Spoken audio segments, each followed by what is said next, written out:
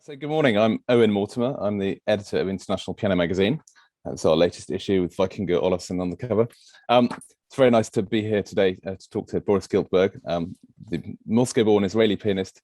He's a leading light in the generation of pianists aged under 40. He's been an exclusive recording artist for Naxos since 2015 and has already racked up an impressive 19 releases for that label, including 4 albums dedicated to the music of Rachmaninoff. I know you can't quite believe it, huh? So nine of those are for his latest project, which is the complete Beethoven Piano Sonatas. They're already available digitally to stream on all the major platforms, and the box set is being released by Naxos on the 24th of September.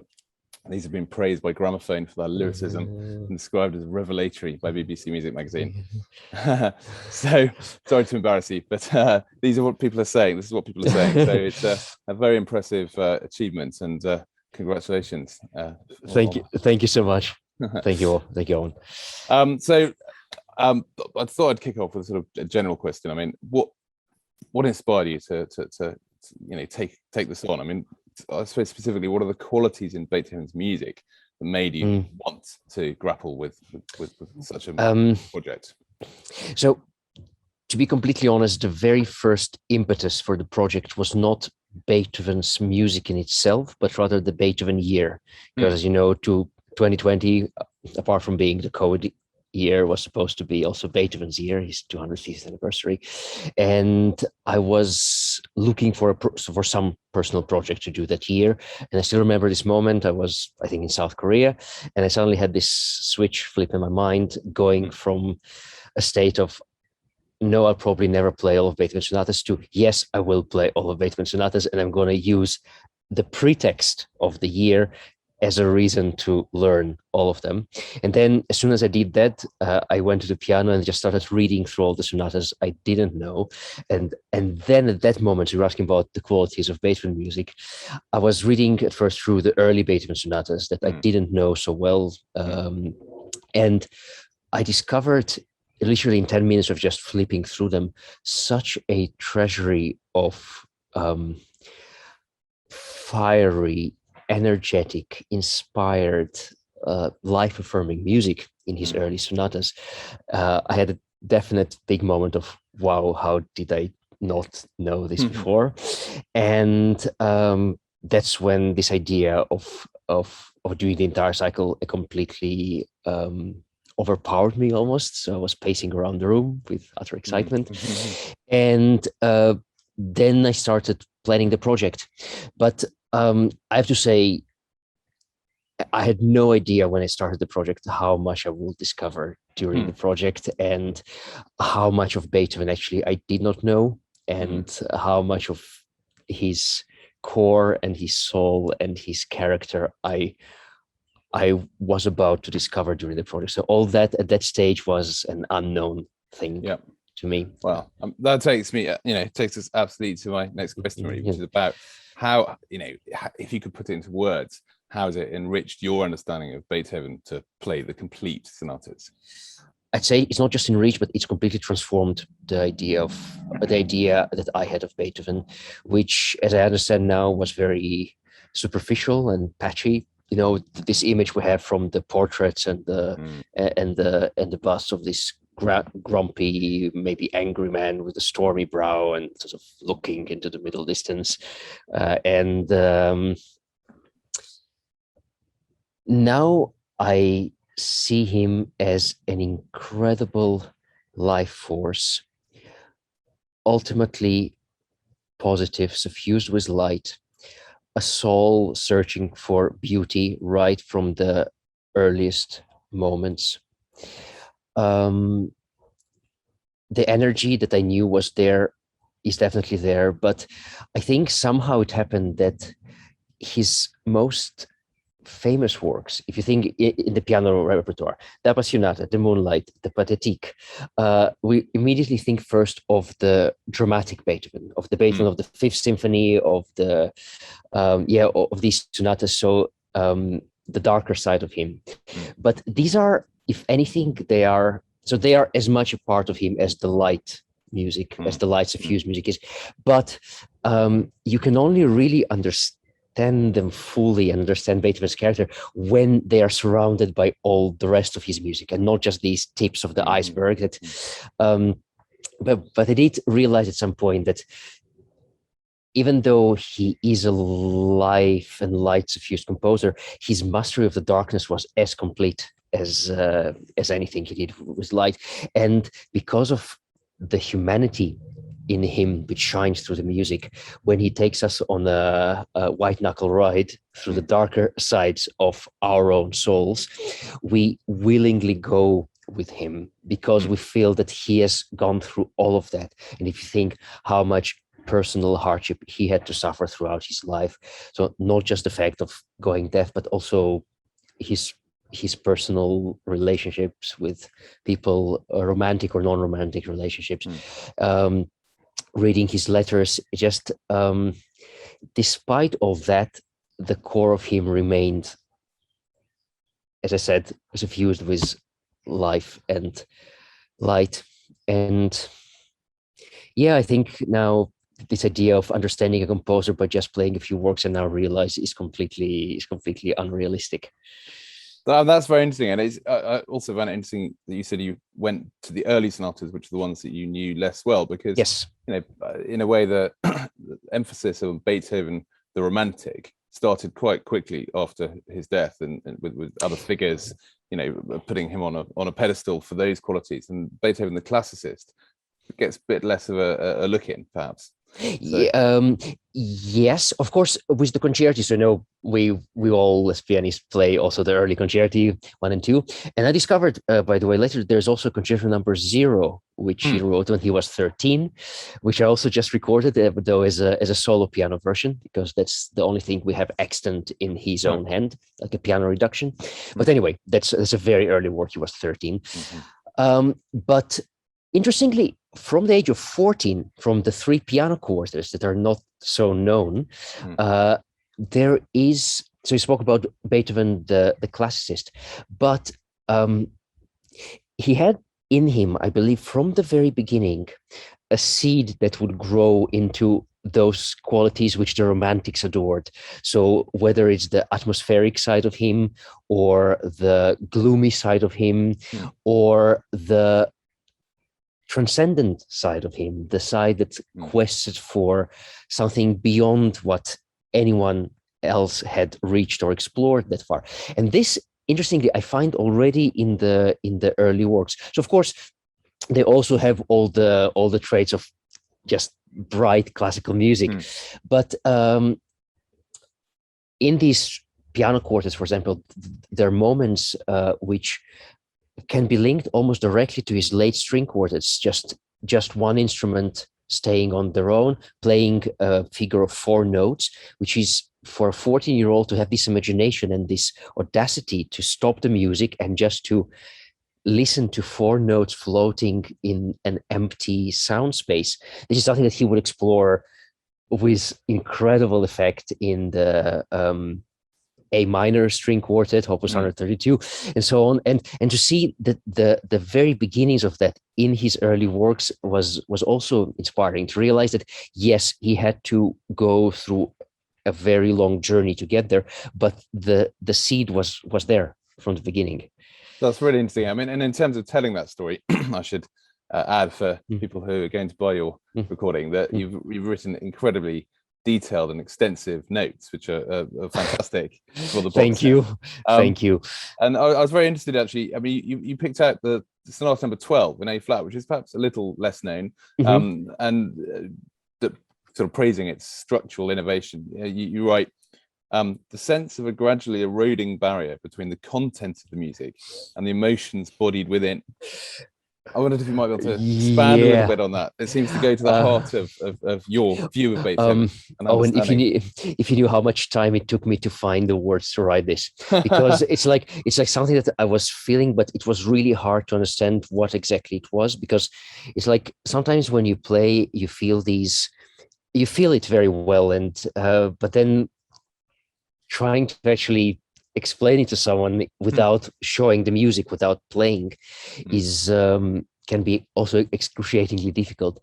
So my if we go back to classicist versus romanticism, um, there is something we associate with classical music is that there is, at the very least, an outward brightness in many of the works. Of course, not in all of them, and often it is the darker works, also in Mozart's output, that really stand out and grab our imagination today.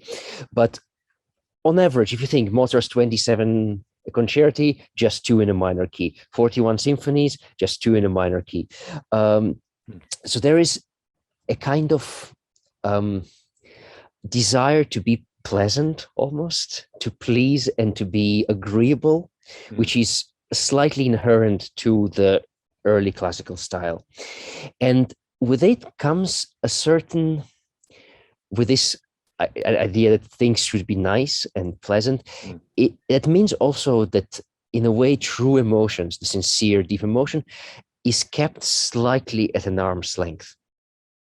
And this is something which you can also find in early Beethoven's works. Not to say that they are not deep, but when you compare them with Beethoven of his late works, then you realize what a huge distance this is. And for me, Sonata number 12, I mean, of course, there were movements before. If you think of Sonata number 7 and the D minor movement, the Lento e Mesto, which is one of the earliest movements that I would undoubtedly call a masterpiece.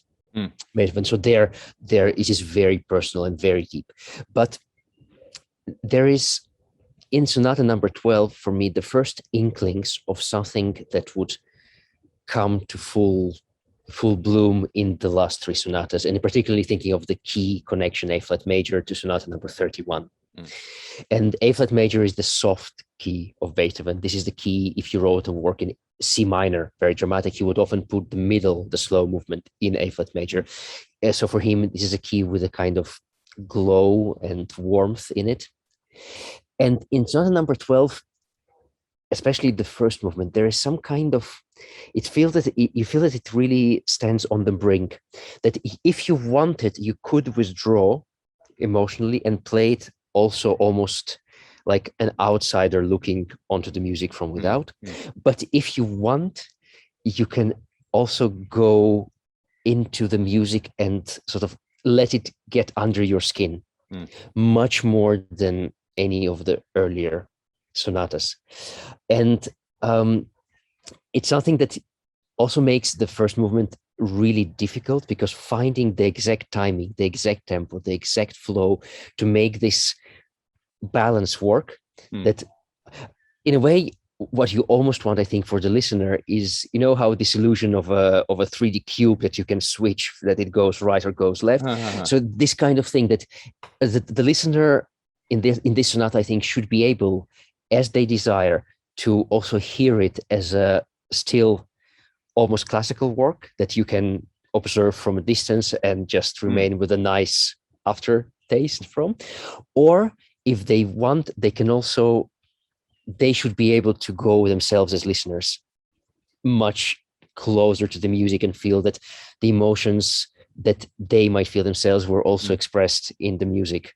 So, and that's very difficult. In a way, it's easier in the late sonatas where there is no ambiguity. You know that this is a transcendent emotional beauty, and there you just go full in. But here, finding this balance was a challenge, and yeah. When you describe that, it makes it so clear that Beethoven had to innovate in form, because he was no longer just filling classical forms, but he was actually transforming those forms to adopt them, make them his own, express things that were not expressible within the frame. Expressed before, and even I would say not expressed by him before, because if you compare, so the sonatas, and this is something we perhaps do not understand today, they were not meant for public performance.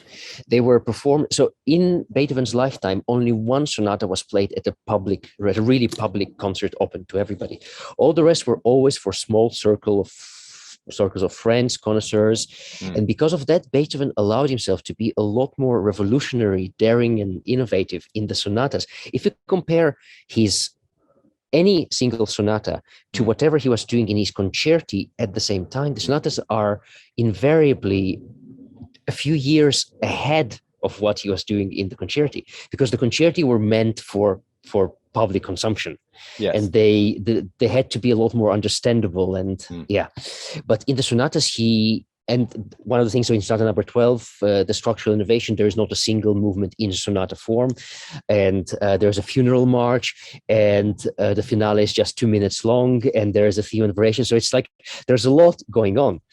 And especially comparing it to sonata number 11, which is one of the, I love it. I know it is sonata which is not very loved by reviewers and musicologists because they see it as reactionary, but I find there is such effervescent energy in it that I love it. And it's also beautiful, which is not it's not a bad thing in itself. But comparing these two that are written quite close to each other, there you see immediately what you mentioned, Beethoven the classicist, versus Beethoven already going towards the first steps of romanticism. Yeah, change. I wanted to ask one other thing as well about the context of these recordings. It's nice to see, for example, in Prague, touring again, or on your holiday. But either way, touring with concerts. And but of course, all of these recordings were made during, or many of them were made during the pandemic, and streamed also during the pandemic. So, I mean, for you personally, and then perhaps for the relationship to the audience that gave you, does it give these interpretations a special quality? That's a good question, which unfortunately I cannot truly answer, because it is like a film negative that can only be developed once. I cannot know how it would have been without the pandemic. Of course. I know for sure that the pandemic changed everything about the way I worked, about the way I approached music, about the way I thought about the role of the artist today and the relationship with the audience. So there was, I think, as for all of us, a lot of a sort of introspection and quite intense thinking of what we're actually doing and why, and what's the purpose and what is the real thing. And we filmed 11 of the sonatas exactly. So it was not planned like that, of course, but we got exactly to sonata number 11, the last step of classicism before the pandemic started. And from sonata 12 onwards, it was all after. And by that time, once we got back to filming in the summer last year, it was already after 3 months of lockdowns. And after 3 months, when I was streaming, I think 3 to 5 times a week, and this connection with the online audience was completely what kept me sane during these months. And at that time, I could not learn any new sonatas, because with all the instability, what I wanted was comfort food. And my comfort food was my old pieces that I played as a teenager. And I brought back all that repertoire, also including Beethoven sonatas, but only those that I knew already. But then in the summer, when we realized we thought we would be able to continue filming, then I came back to I learned 13 new sonatas in 1 month in June, and we filmed those sonatas in July. It was our Beethoven summer madness, and the online audience was part of all that. So it is impossible for me to say how I would have played these pieces if it would be a regular touring schedule and working on the sonatas in between, as I was doing with the early ones. I do think, my guess is that the sonatas were better off, that I was able to dedicate a lot more time to them. And this is something also which perhaps I didn't realize when the project started. I started by reading the early sonatas, and they're so clear musically. It's completely obvious what he's saying.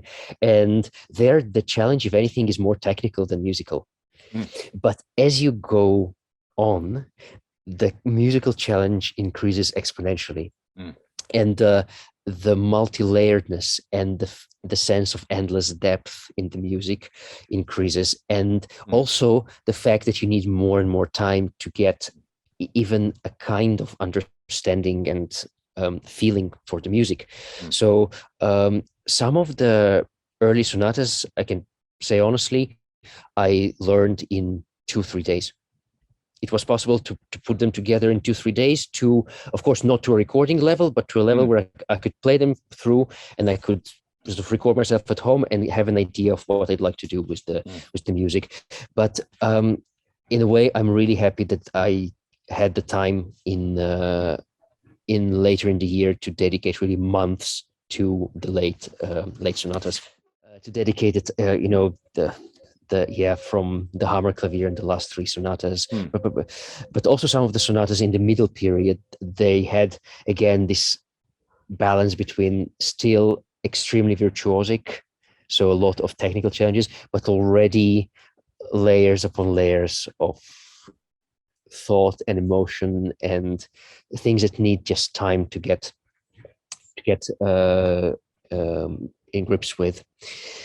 So in a way, this project is inseparable from the pandemic for me, that's how it ended. It's not how I envisioned it, but I felt so grateful that I was in the end able to complete this journey. Well, it's a wonderful legacy of 2020. One of the silver linings. And the other thing I suppose about recording on video or streaming on video is that I think I'm right in saying then the recordings were made in complete stretches. So you would record per movement, yes. Every movement was a single take. Yeah. And is that typical for you in terms of how you record? No, it's difficult. So this is because at the very first I thought of this project as almost a personal one, which I thought then I'll share on social media, but it was not. It was not thought at first as a recording project, as a commercial recording project. And I teamed up with a good friend of mine, Stuart French. He's a filmmaker from London, and he has a filming company called Fly on the Wall. And his original idea and approach to filming was to do it single camera, handheld, no video editing.